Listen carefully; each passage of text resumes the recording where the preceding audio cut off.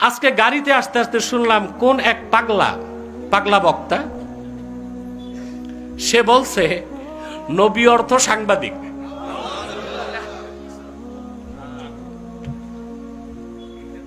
আমি কঠোর কোনো ফতুয়া দিচ্ছি না, কারণ আমাকে ভিডিও দেখতে হবে। যতটুক সংবাদ পৌঁছেছে, আমার মিডিয়া সেল যতটুক পাঠিয়েছে, বক্তা বলছে নবী অর্থ সাংবাদিক। এই মূর্খ বক্তাটা কি বাকুরাতুল আদবটাও পড়ে নাই? এসো আরবি শিখিটাও পড়ে নাই?